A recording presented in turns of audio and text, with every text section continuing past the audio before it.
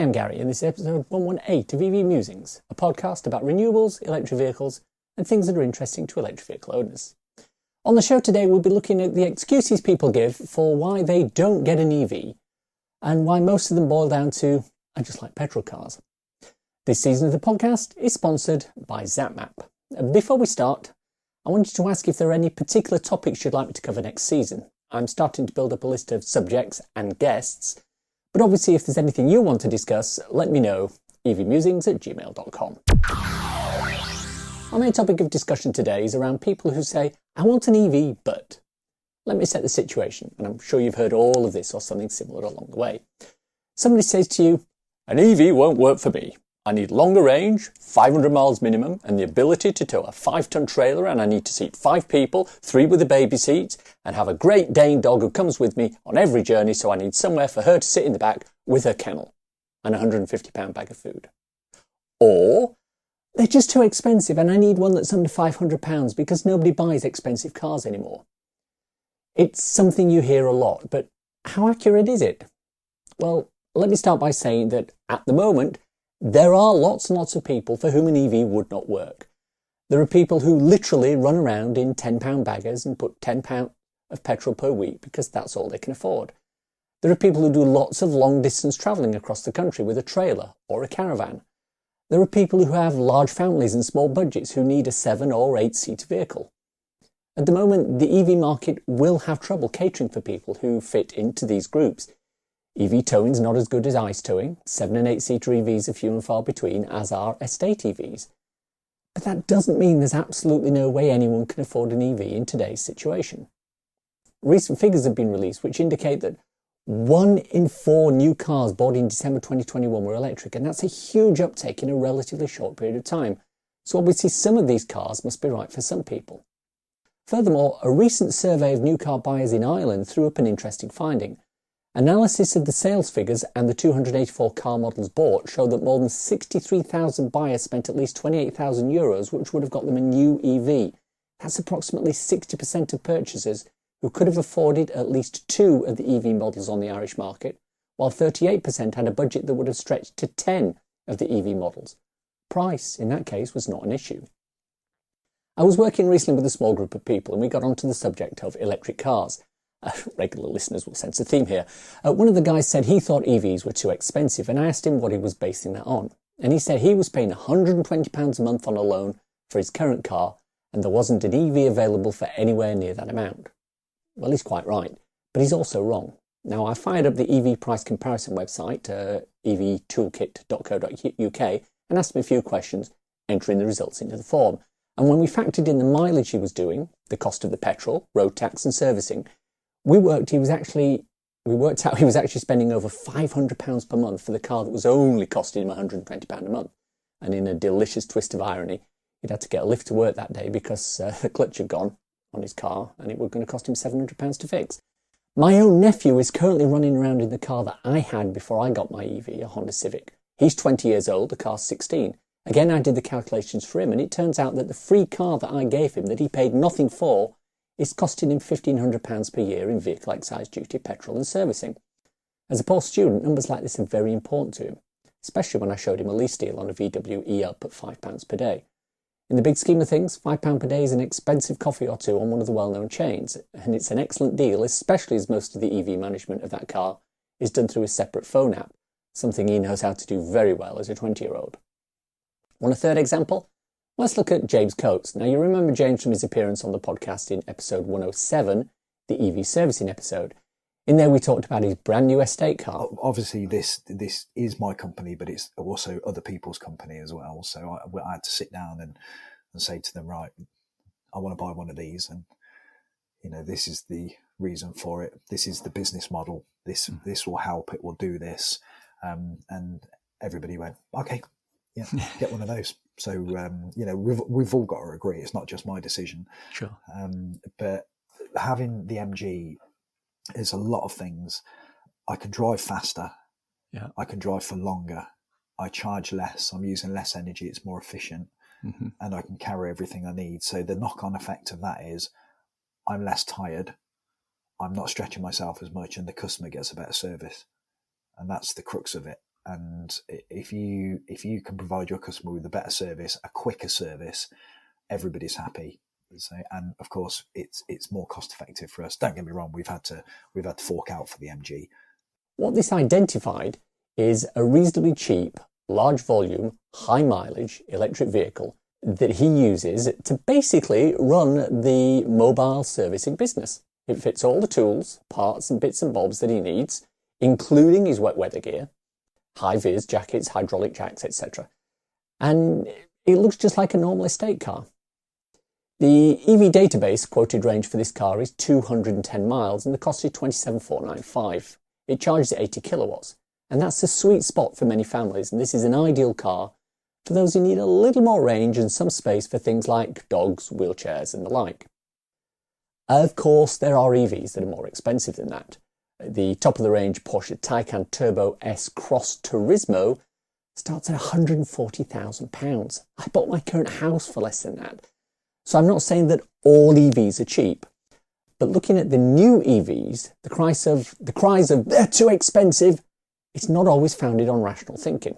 There are literally hundreds of internal combustion engine vehicles that are more expensive than a large proportion of electric vehicles. Let's take some typical examples. All prices are UK sterling at January 2022.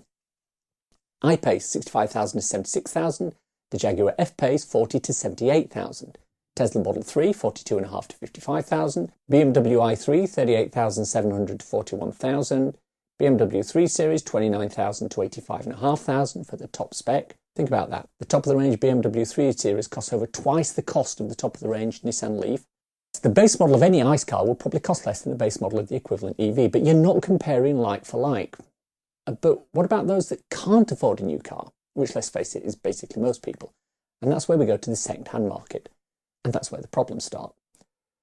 The issue is that many people look at the car they've already got and try to match that against a similar second-hand EV. If the car they've already got is a £200 Fiat Panda, they're not going to get a £200 second-hand Leaf or a Zoe or an iMia. They just don't exist at this time. And one reason for that is that the batteries themselves have more value than that alone, as they can be used for second life applications such as home storage. But as Ewan McTurk proved in a video he posted last year on his Plug Life TV channel, it can be cheaper to buy and run a second-hand EV with a loan than to run an old Ford Fiesta that was given away. In fact, looking back at the example I gave earlier regarding my nephew, he could move from a 16-year-old Honda to a brand new e-up and spend roughly the same amount of money per month. And that's the issue. People look at the purchase price of EVs and compare it to the purchase price of ICE vehicles. And what they should do is look at the monthly cost of EVs and compare that with the monthly running cost of internal combustion engine cars. As I tweeted recently, an electric vehicle that costs £300 a month and £50 in electricity is cheaper than an ICE car that costs £150 a month and £300 in fuel, vehicle excise duty and repairs. My firm opinion is that if you have off-street parking and run more than one car, there's absolutely no reason why one of them couldn't be an EV. I was chatting recently with someone in that exact situation, and despite the fact that his two cars were a Mercedes and a Range Rover, and his house was a lovely detached house in its own grounds in the country, he was adamant that EVs were too expensive. When I pointed out the fallacy of his argument, he transitioned across to the old, well, there's no charging where I want to go. So I showed him ZapMap and proved that to be wrong. So he pivoted to, well, I like to travel the 400 miles to my twice-yearly holiday cottage visit without stopping at all. And I asked him which EV he'd driven that meant he thought they weren't suitable for him, and he admitted that he'd never driven one. All his comments were coming from other people, things he'd heard, and newspaper articles. At that point, I came to the conclusion that he's not ready for an EV just yet, but government legislation will force him down that road eventually. And that's fine.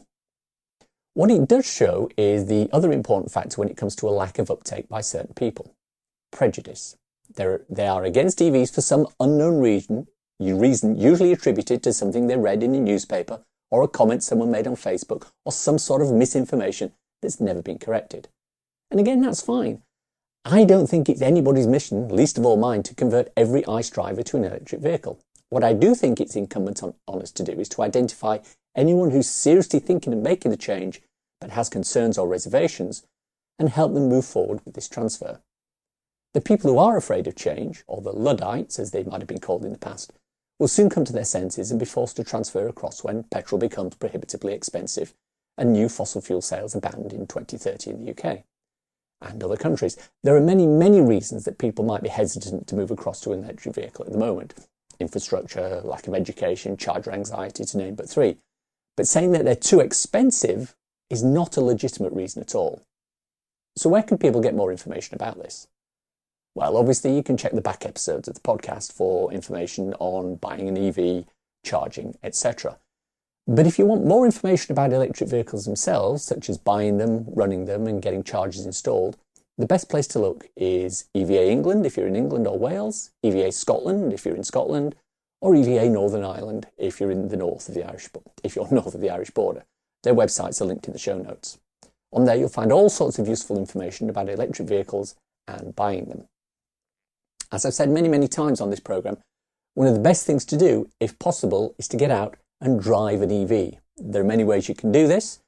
If you're within driving distance of Milton Keynes, get out to the EV Experience Centre and borrow one of their EVs for a day or two.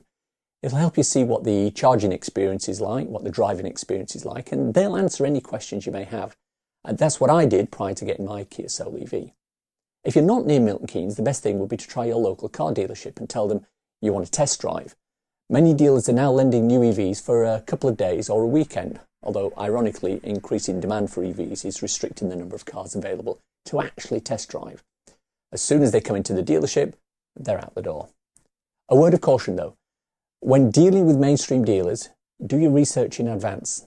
Many of them are not well informed and are often incentivised to try and sell petrol or diesel cars, or at least a hybrid, as that suits their profit figures and allows long-term income from servicing and repairs, etc. Don't fall for that trap. It's time for a cool EV or renewable thing to share with your listeners. Wave power could be a significant source of renewable energy, but harvesting that energy has been tricky. Wave turbines are often big, expensive, and float at the surface of the ocean. Seawater can also be corrosive, and the rigid form of these devices means that they aren't all that efficient at capturing energy from smaller, less frequent underwater waves that don't roil the ocean's surface. But these gentle motions can be an important source of energy, and researchers in China have created a generator to mimic seaweed which sways or even moves in small waves and currents. But how can the electricity be harnessed? Well, using triboelectric nanogenerators, or TENGs, devices that generate electricity from the transfer of electrons between two surfaces, usually in how they're rubbed together to produce static electricity, could address this need since they can be made of flexible materials. Eventually, these generators could replace batteries for all the electrics in the coastal zones, like sensors that monitor water quality or help ships navigate. The researchers are planning to develop a small-scale underwater power station made of these seaweed TENGs to test their performance in a real ocean. Millions of seaweed-like TENGs could harvest ocean energy on a larger scale. Researchers estimate that if agitated 2 or 3 times per second, a network of these devices over an area equal to the size of the state of Georgia could meet the entire world's energy needs.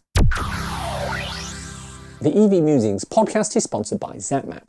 ZapMap is the go-to app for EV drivers in the UK. Use it to search for available chargers, plan electric journeys, pay for charging or participate in networks, and share updates with other EV drivers. ZapMap is free to download and use with subscription plans for enhanced features such as using ZapMap in-car on CarPlay or Android Auto. And that's the show for today. Hope you enjoyed listening to it. If you want to contact me, I can be emailed at evmusings@gmail.com. I'm also on Twitter @musingsev. If you want to support the podcast and newsletter, please consider contributing to become an EV Musings patron. The link is in the show notes. Don't want to sign up for something on a monthly basis? Well, if you enjoyed this episode, why not buy me a coffee? Go to ko-fi.com/evmusings and you can do just that. It takes Apple Pay too. If you want a quick reference ebook to read on your Kindle, I wrote a little something called So You've Gone Electric. It's available on Amazon worldwide for the measly sum of 99p or equivalent, and it's a great little introduction to living with an electric car. Please check it out. Links for everything we've talked about in the podcast today are in the description, in the show notes below. And if you enjoy this podcast, please subscribe. It's available on iTunes or wherever you get your podcasts. Please leave a review, as it helps raise visibility and extend our reach in search engines. If you've reached this part of the podcast and are still listening, thank you so much. Why not let me know you've got to this point by tweeting me at MusingsEV with the words 500 miles with a Great Dane, hashtag if you know you know, nothing else. Thanks as always to my co-founder Simon. You know he's got a new passion now, electric tuk-tuks. It's my fault really. I was out with a group of friends trying to press my case for him to buy a new EV, and I accidentally showed a picture of a tuk-tuk at a charge point. And everybody went, okay, yeah, get one of those. Thanks for listening. Bye-bye.